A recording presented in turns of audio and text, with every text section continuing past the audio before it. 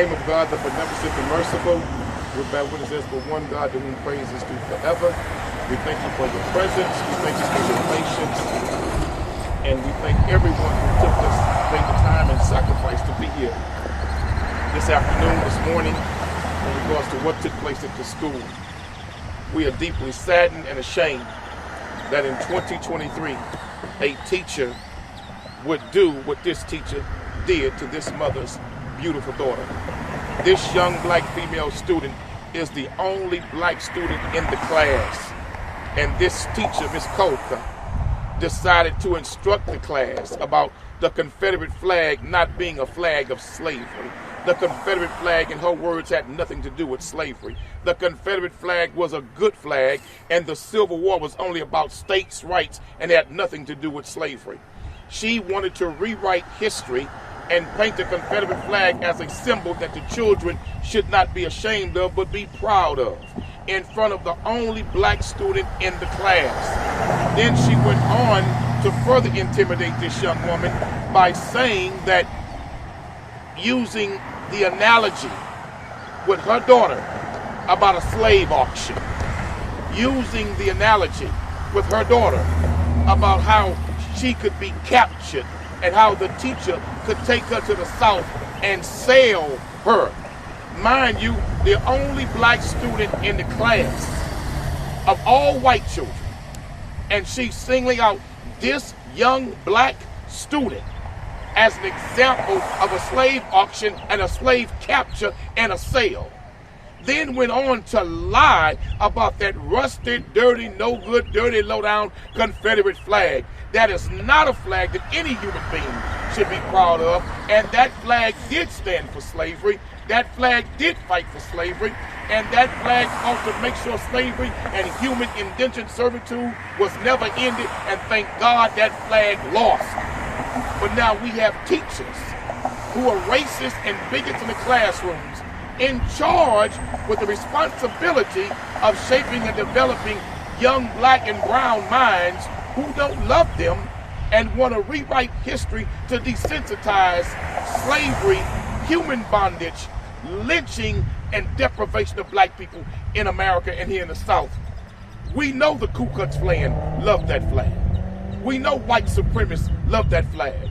Well, they had one in the classroom here teaching this mother's daughter. We're demanding that that teacher be removed, not suspended, removed, and she should never be allowed to teach anybody's children, regardless of the race of the student body. Mother's daughter. You summed it up fairly well.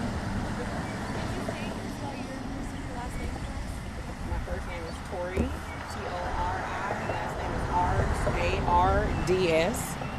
And your daughter is in what grade? She's in 8th grade. She's in gifted and talented courses. She's a student athlete. She's never had a disciplinary action. And not to say that any student who doesn't have those, accolades and abilities deserves to be ostracized, because no student does. And no student present should have been used as an example to teach any part of this lesson. It was uncalled for, it was unnecessary, it was damaging and hurtful. And my child works very hard to make sure that she is academically advanced and stays that way, and this is damaging her in more ways than one. Tori, can you explain how you became aware? Wait. Dr. Matthews makes sure that the mother will take questions in the end. Okay. Dr. Candace Matthews, the National Minister of Politics for the New Black Panther Nation. And this is a prime example of an educational assassin that is implanted in the classroom. This is an educational assassin that is fueled with white supremacy. This is what we call an agent of white supremacy as an educator that is there to disenfranchise our children, to try to break our children's spirits, and also to put them in a compromising situation that can damage them mentally. When you bring in a child in front of the classroom and they are the only African American kid in that class, you not just only ostracize them, you embarrass them, and you have just completely damage their mental capacity, because this child could be bullied because of the color of their skin. And that's exactly what this teacher did. This teacher just basically bullied this child. And I was able to pull their employee handbook. And we have 2 violations that was violated in reference to the behavior of this teacher. The first one was standard dealing with the ethical conduct towards students, which is standard 3.2. The educator would not intentionally, knowingly, or recklessly treat a student or minor in a manner that adversely affects or endangers the learning, physical health, mental health, or safety of the student or minor. This damaged this child's mental health, to embarrass her and to tell her that by you being this color of this skin, I will bring you to the South and I can sell you into slavery. That's unacceptable. Then the second one that was violated. This came out of the Cy-Fair Independent School District Employee Handbook, standard 1.10. The educator will be of good moral character and be worthy to instruct or supervise the youth of this state. Clearly, that was not done with this specific incident. So we stand in solidarity with this family. We do not condone. We are not complicit, because if we don't say anything, that makes us complicit. We demand that this teacher is to be fired. You don't need to be nowhere in nobody's classroom with those type of ideologies. Absolutely not. We put our foot down on white supremacy. We put our foot down on trying to damage our children. We put our foot down with anybody that's trying to ostracize our kids. We put our foot down for any educator, doesn't matter who it is, that tries to break down our children's spirit. That's what we're not going to do. Thank you. My name is Sledge Leonidas, proud board member of Houston Academy Professional Association, Houston Haitians United, and I also sit on the board of Morehouse Alumni Association. As a proud father of beautiful black girls, there's no way that I personally would even accept anyone teaching my daughter and even making an example out of any of my daughters for anything that has racist backgrounds to it, that's demoralizing, and that has any ties to hatred. This country needs to be at a place to move forward and for us to make a difference. Educators, when we send our kids to your classrooms, we expect for you to be of good moral standards, to be able to raise young leaders into the society that's up and coming. So when we see stuff like this, it really bothers me. It brings me to an emotional state where I'm triggered. This child has been facing, feelings that she doesn't need to even be facing right now. So to the mother, I apologize for this. We stand with you. That's why we're here. To the family members, Quanell, thank you for giving us a platform to be able to do this. Dr. Matthews, thank you. We are not going to let this pass without saying anything of it, and we need to see swift action. And we're going to be here until that happens. Thank you. We'll take your questions, please. I was going to ask if you could just explain how this came to your attention. Was it something that your daughter came home and brought about? Take us back to that. So it was actually 2 separate incidents. The first one was last Thursday, and my daughter actually called me on her lunch break to tell me that she felt very uncomfortable in class, and told me, the remarks that were made about the Confederacy and the flag. And so I then called the assistant principal, who assured me that, she would investigate, and that I wasn't the only parent that had called her about that, and to just give her some time. So that was last Thursday. This Monday, the same assistant principal called me, and I'm thinking it's going to be a follow-up, but she was calling to let me know that there had been a second incident.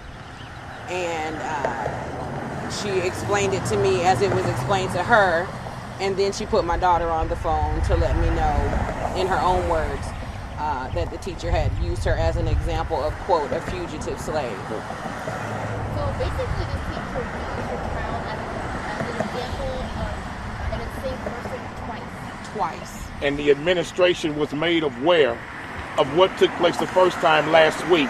They promised to properly investigate and do something about it. But their lack of concern about this serious issue enabled that teacher and emboldened her to go even further, to move now to a slave auction.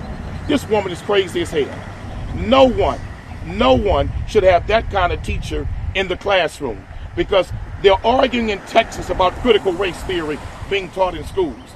Well, if we leave that teacher in school to teach our young, beautiful black children and brown children, she would teach them that slavery was a choice.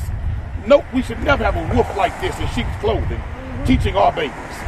The administration should be held accountable for not getting involved immediately when they saw she was out of line. So once the assistant principal told you what happened, you got about the phone, what happened after that? What happened next was I called the superintendent's office. I wasn't allowed to speak with the superintendent. I had to leave a message with the secretary.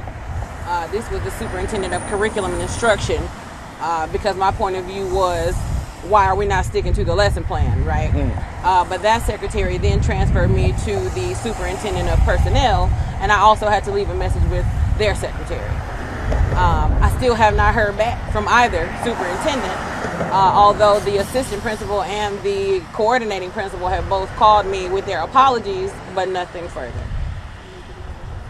And mind you, this was not a part of an approved lesson plan. This is the teacher coming up with our own interpretation of slavery, the Confederate flag. Well, we want that teacher to know you're dealing with a whole lot of brothers and sisters that's not going to let you get away with that. And that's why we're here. And the administration, the superintendent's office should make sure that this woman is never put back in the class, and don't come to us urinating on our leg trying to tell us it's rain by giving us some sensitivity training. Ain't no sensitivity training you can give her, because she is who she is. History. So because she's in advanced courses, she's in 8th grade, but she's taking 9th grade courses, so it's 9th grade history.